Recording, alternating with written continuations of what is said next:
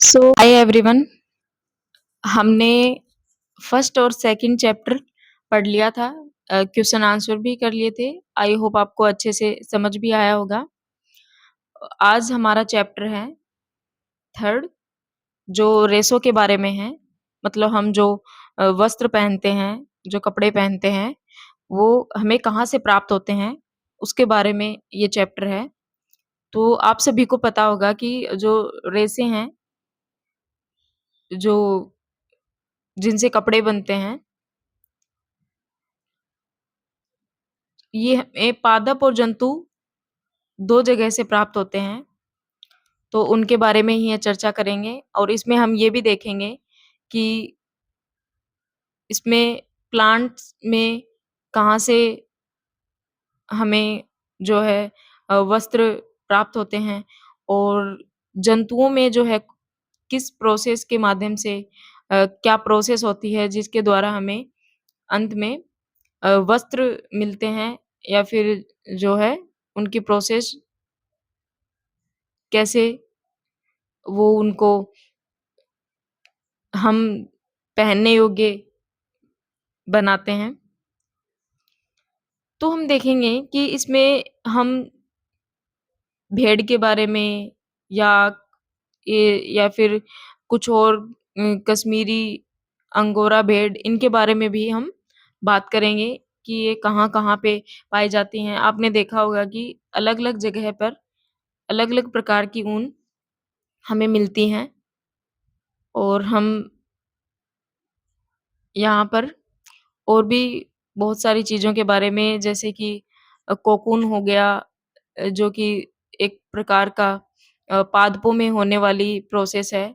पादपों में जो कीड़े, जिसको शहतूत में जो कीड़े होते हैं, उनके माध्यम से भी हम कैसे वस्त्रों को बनाते हैं, वो भी यहाँ पर आपको जानकारी मिलेगी। तो आइए स्टार्ट करते हैं रेशों से वस्त्र तक। तो यहाँ पर दिया गया है कि कक्षा 6 में आपने पादपों पौधों से प्राप्त होने वाले कुछ रेशों फाइबरों के बारे में पढ़ा था। पढ़ा है आपने? आपने यह भी पढ़ा था कि ऊन और रेशम के जंतुओं से प्राप्त होने वाले जंतुओं से प्राप्त किए जाने वाले जंतुओं को जो है जांतव रेशे कहते हैं। फर्स्ट पॉइंट है कि जांतव रेशे जो जंतुओं से प्राप्त होते हैं। एग्जाम्पल जैसे ऊन के रेशे हो गए, भेड़ के और याक के। इनसे जो भी, इनके बालों से जो भी रेशे प्राप्त करते हैं, उन्हें जांतव रेशे कहते हैं। फाइबर रेशम कीट के कोकून से प्राप्त होते हैं। मैंने बताया कि कुछ रेशम जो है फाइबर रेशम कीट के कोकून से, जो हम पादपों से प्राप्त करते हैं। तो सबसे पहले हम देखेंगे कि जो ऊन और रेशम है, वो किस प्रकार से हमें प्राप्त होते हैं। सबसे पहले ऊन के बारे में। ऊन, ये जो है भेड़, बकरी, याक और कुछ अन्य जंतुओं से ऊन प्राप्त की जाती है। ऊन प्राप्त करने वाले इन जंतुओं के शरीर बालों से ढके होते हैं। आपने देखा होगा कि जो भेड़ें हैं, उनका शरीर बालों से ढका होता है। तो उसी से हम वस्त्र प्राप्त करते हैं। बालों के अधिक मात्रा में वायु आसानी से भर जाती है, और वायु जो है ऊष्मा की कुचालक है। तो जो मोटी परत होती है, जंतु के आवरण पर बालों की जो मोटी परत होती है, वो उन्हें सर्दी से बचाती है। सर्दी से कैसे बचाएगी? वो हवा को रोकेगी। इसलिए वो जंतुओं का जो शरीर है, वो गर्म रहता है। ऊन इन रोएदार रेशों से प्राप्त होती है।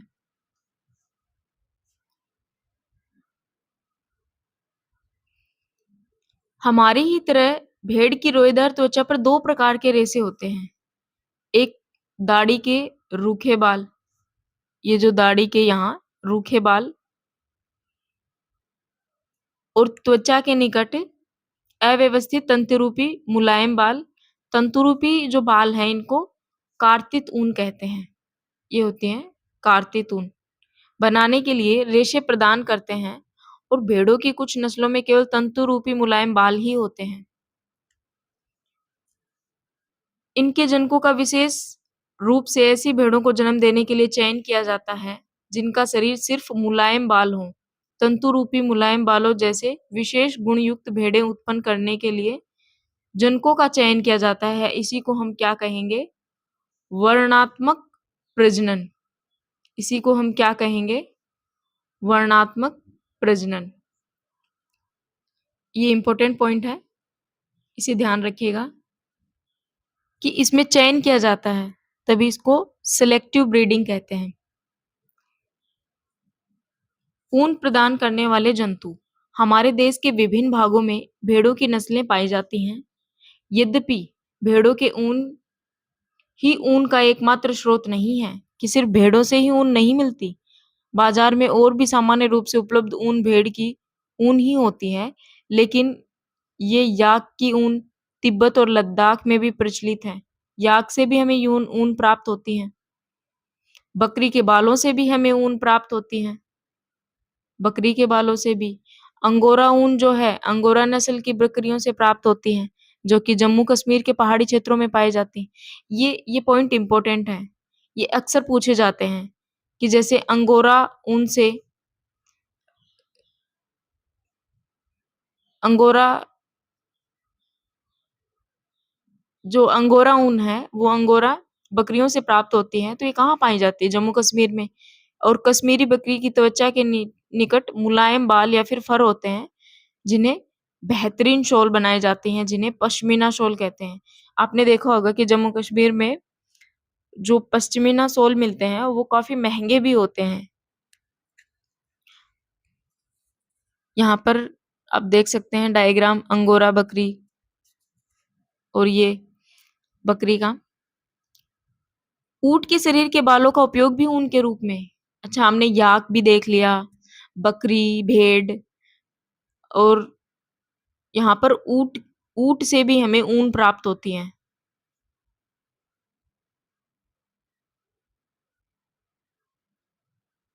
दक्षिणी अमेरिका में पाए जाने वाले लामा और एल्पेका, ये नाम इंपॉर्टेंट है, लामा और एल्पेका से भी ऊन प्राप्त होती है। तो हमने 4-5 टाइप के पशु देख लिए जिसमें ऊन हमें प्राप्त होती है। रेशों से ऊन तक। अब कुछ और भी एग्जाम्पल मिलेंगे। ऊन प्राप्त करने के लिए भेड़ों को पाला जाता है। उनके बालों को काटकर फिर उन्हें संसाधित करके ऊन बनाई जाती है। आइए इस प्रक्रम को जानते हैं। अच्छा, मुझे आप एक बात बताओ कि जैसे भेड़ों के ऊन उतारे जाते हैं, तो क्या उनको दर्द होता है? नहीं। देखो, जिस प्रकार से हमारे जब हम बाल काटते हैं तो हमें दर्द नहीं होता, उसी प्रकार से उनको भी दर्द नहीं होता। लेकिन एक चीज हमें ध्यान रखनी पड़ेगी कि जब जैसे गर्मियां होती हैं, गर्मियों में हम भेड़ों के बाल वगैरह हटा सकते हैं, लेकिन ये अगर हमने सर्दियों में हटा दिए तो उनको क्या है, सर्दी से फिर बचाया नहीं जा सकता, क्योंकि उनके बाल ही तो थे जो उनको सर्दियों से उनकी सुरक्षा कर रहे थे। आगे देखिए, भेड़ पालन और प्रजनन। यदि आप जम्मू और कश्मीर, हिमाचल प्रदेश, उत्तराखंड, अरुणाचल प्रदेश और सिक्किम के पहाड़ी क्षेत्रों अथवा हरियाणा, पंजाब, राजस्थान, गुजरात के मैदानों की यात्रा करें, तो आप गडरियों की भेड़ों के झुंडों को चराने के लिए ले जाते हुए देखेंगे। आपने देखा होगा। भेड़ शाकाहारी होती हैं, जो मांस नहीं खाती, घास और पत्तियां खाती हैं। इनका पालन करते हैं तो इन्हें चारे भी दिए जाते हैं, दाल, मक्का, ज्वार, खली। खली आपने पता होगा कि जो बीज होते हैं, उनसे जो लास्ट में जो पदार्थ बचता है, बचा हुआ पदार्थ, वो खल और खनिज भी खिलाते हैं। और सर्दियों में जो है भेड़ों को घरों के अंदर भी रखा जाता है, तो उनका ध्यान भी रखा जाता है। पत्तियां, अनाज और सूखा चारा भी खिलाया जाता है।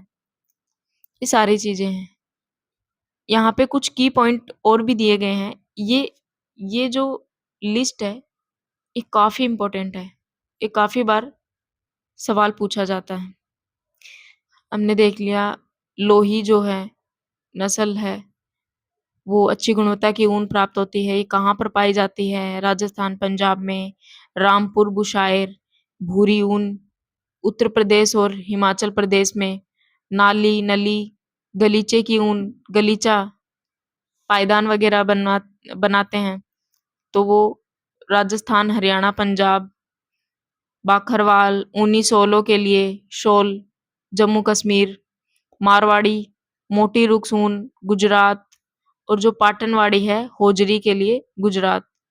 ये आपने होजरी के कपड़े देखे होंगे, पाटनवाड़ी, काफी इंपॉर्टेंट है।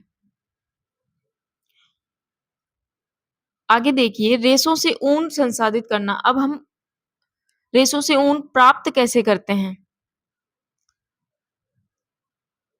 देखिए, इसमें सबसे पहले चरण होता है भेड़ के बालों को त्वचा की पतली परत के साथ शरीर से उतार लिया जाता है। ऊन की कटाई, ऊन की कटाई की जाती है। इसमें हम देखेंगे,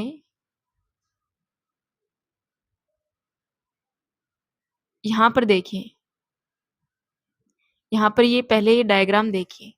ये पहले यहाँ पर भेड़ की ऊन उतार रहे हैं, फिर टंकियों में जो है इनको साफ किया जाता है, फिर मशीनों द्वारा इनको अलग अलग किया जाता है रेशों को, फिर ऊन से जो है इन धागों को सुलझाकर इनका इनके इनसे जो है वस्त्र बनाए जाते हैं। तो फर्स्ट स्टेप है ऊन की कटाई हो गई। अब आते हैं सेकंड स्टेप पे कि त्वचा सहित उतारे गए बालों को टंकियों में डालकर अच्छी तरीके से धोया जाता है। ये जो हमने अभी देखा, ये यहाँ पर थर्ड स्टेप हो गई। अभिमार्जन के बाद में छटाई की जाती है, जो भी गंदगी वगैरह है उनको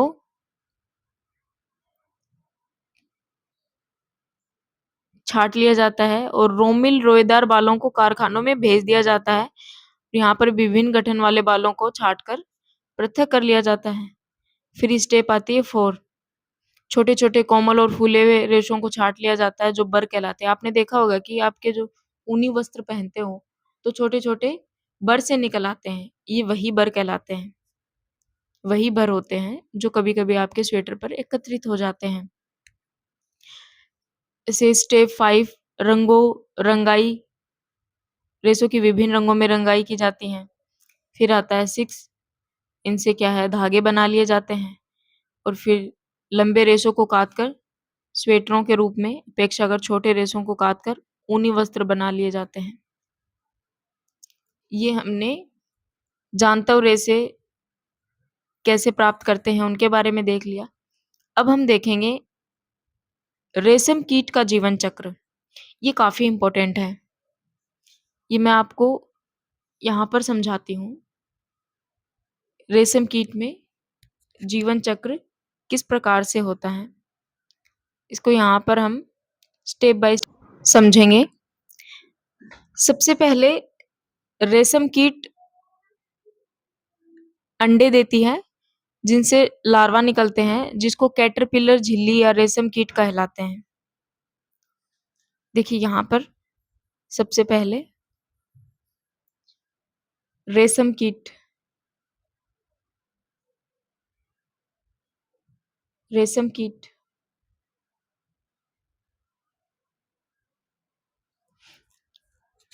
ये मादा रेशम कीट क्या करेगी, अंडे देगी। उसके बाद में ये अंडा कहाँ पर, सहतूत, सहतूत के वृक्ष पर। और ये जो रेशम कीट है इसको क्या बोला जाता है, बोम्बेक्स मोरी, बोम्बेक्स मोरी इसका नाम है। फिर उसके बाद में ये जो अंडा है ये किस में बदलेगा, लार्वा में, लार्वा में, लार्वा में बदलने के बाद में ये एडल्ट होगा, वयस्क होएगा। फिर ये किस में बदलेगा, प्यूपा में, प्यूपा में बदलेगा तो ये क्या है, शहतूत से अपना भोजन ग्रहण करेगा, उनकी पत्तियों को खाएगा और उसके बाद में ये क्या है, एक रेशा निकालता है, कोकून, अपने मुख से कोकून, जो कि ये अपने मुख से या लार से कोकून निकालता है और कोकून से रेशे निकालने की जो प्रक्रिया है उसको हम रेशम रीलिंग कहते हैं। रेशम रीलिंग।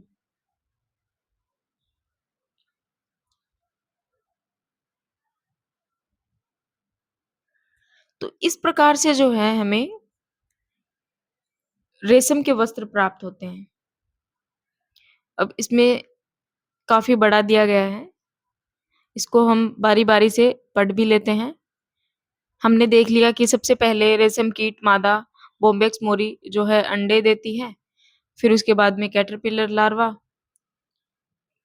स्वयं को पूरी तरह से रेशम के रेशों से ढक लेता है और यह आवरण जो है ये कोकून कहलाता है। कीट इसके आगे के विकास के कोकून के भीतर होता है और रेशम के रेशों का उपयोग रेशम के वस्त्र बुनने के लिए किया जाता है। यहाँ पे देखिए, वयस्क रेशम कीट शहतूत की पत्ती पर अंडे देंगे और ये जो रेशम कीट हैं ये एडल्ट होके प्यूपा बनाता है। उसके बाद में कोकून से हमें विकासशील कीट निकलते हैं और फिर इनको, ये जो कोकून है इनको गर्म पानी में डाला जाता है। लास्ट प्रोसेस क्या होती है, इनको गर्म पानी में डाला जाता है, इनको बॉईल किया जाता है।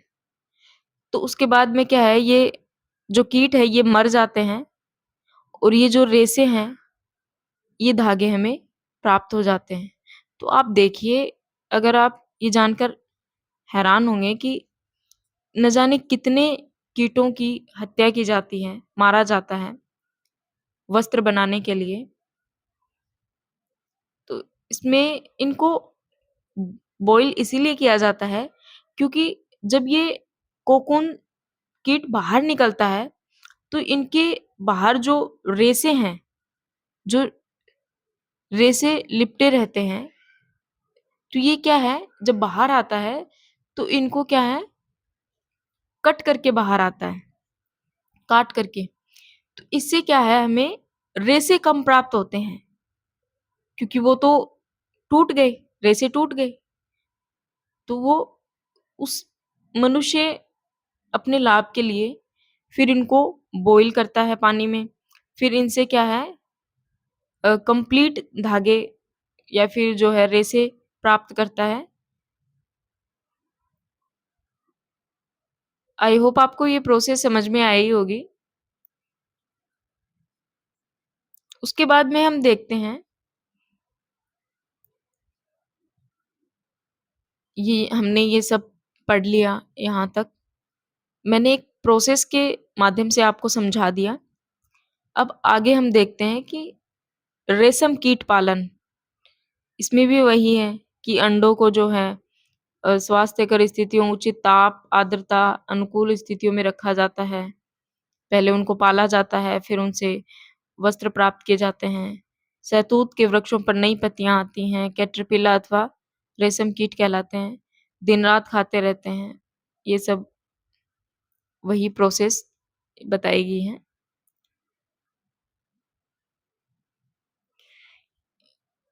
इसमें एक प्रोसेस है रेशम रीलिंग। हमने पढ़ा था कि कोकून से रेशे निकालने की जो प्रक्रिया है वो रेशम की रीलिंग कहलाती है। इसको रेशम का संसाधन कहते हैं। इसमें एक रेशम की खोज, एक बॉक्स दिया गया है कि रेशम की खोज किसने की थी। ये सम्राट हुआंग टी ने देखा कि साम्राज्य सी लुंग ची ने अपने बगीचे में उगने वाले शहतूत के वृक्षों की पत्तियों को क्षतिग्रस्त होने का कारण पता लगाने के लिए साम्राज्य साम्राज्ञी ने पाया कि सफेद कर्मी शहतूत की पत्तियों को खो रहे हैं। उन्होंने देखा कि कृमि अपने इर्द-गिर्द गिर्द चमकदार कोकून बुन लेते थे और संयोग से एक कोकून उनके चाय के प्याले में गिर गया और कोकून से नाजुक धागे का गुच्छा पृथक हो गया और रेशम उद्योग चीन से ही प्राप्त हुआ है। चीनी मार्ग आपने देखा होगा, तो वहाँ से क्या है हम रेशम प्राप्त करते हैं और सैकड़ों वर्षों तक कड़ी पहरेदारी और गुप्त रखा गया। इसी को जो है चीनी मार्ग या फिर सिल्क रूट, रेशमी मार्ग, जहाँ से हम चीन से रेशमी वस्त्र या फिर रेशमी ऊन जो है प्राप्त करते हैं। तो यहाँ पे हमारा चैप्टर होता है कंप्लीट और यहाँ पे कुछ की पॉइंट दिए गए हैं। कोकून हमने देखा, कार्तितून, रीलिंग, अभिमार्जन जो उनको धागों को साफ कर रहे थे, रेशम कीट पालन, ऊन की कटाई, रेशम कीट, कैटरपिलर लार्वा संसाधन, और ये है पूरे चैप्टर की समरी। इसे आप जरूर रीड करिए जब चैप्टर खत्म हो जाए। तो इसे जब आप रीड करोगे तो आपके चैप्टर का रिवीजन हो जाएगा। जितने भी हमने की पॉइंट्स वगैरह अभी तक जो पढ़े, पूरा सार यहाँ इस समरी में होता है। एक दो क्वेश्चन कर लेते हैं। निम्नलिखित में से किससे ऊन प्राप्त नहीं होती? याक, ऊंट, बकरी, घने बालों वाला कुत्ता। देखिए हमने याक भी पढ़ा, ऊंट, बकरी, लेकिन यहाँ पर घने बालों वाला कुत्ता हमने नहीं पढ़ा, कहीं जिक्र भी नहीं आया। आंसर होगा 4। यहाँ पे एक क्वेश्चन दिया गया है, क्वेश्चन नंबर 8। यहाँ पे देखिए जो अभिमार्जन है, अभिमार्जन प्रोसेस हमने पढ़ी थी, रेशम से ऊन कैसे प्राप्त होते हैं। तो ये जो है काटी गई ऊन की सफाई करना।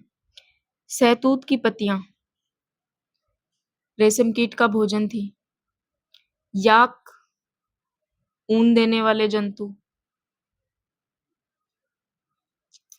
कोकून जो है वो हमें रेशम फाइबर से उत्पन्न होते हैं। आई होप आपको समझ आया होगा और बाकी आप लोग मुझे कमेंट में बताइए कि आप लोगों को कितना अच्छे से समझ में आया और कुछ डाउट हैं तो वो कमेंट सेक्शन में आप लोग बताइए। और तब तक के लिए आप लोग पढ़ते रहिए। कल हम चैप्टर 4 को देखेंगे और आप साथ-साथ में रिवीजन भी करते रहिए।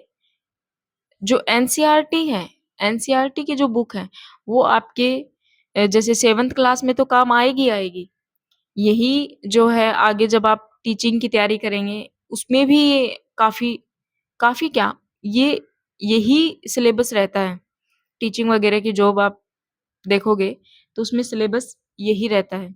एनसीईआरटी की बुक वगैरह ही हमको आगे पढ़ने होती है। अभी हमारा इससे बेस क्लियर हो जाता है। बस उसमें क्या है थोड़ा हाई लेवल का पढ़ना पड़ता है, थोड़ी और चीज़ें एक्स्ट्रा ऐड हो जाती हैं। तो पहले हम ये बेसिक पढ़ेंगे, उसके बाद में हम धीरे-धीरे आगे वो भी कंटिन्यू करेंगे।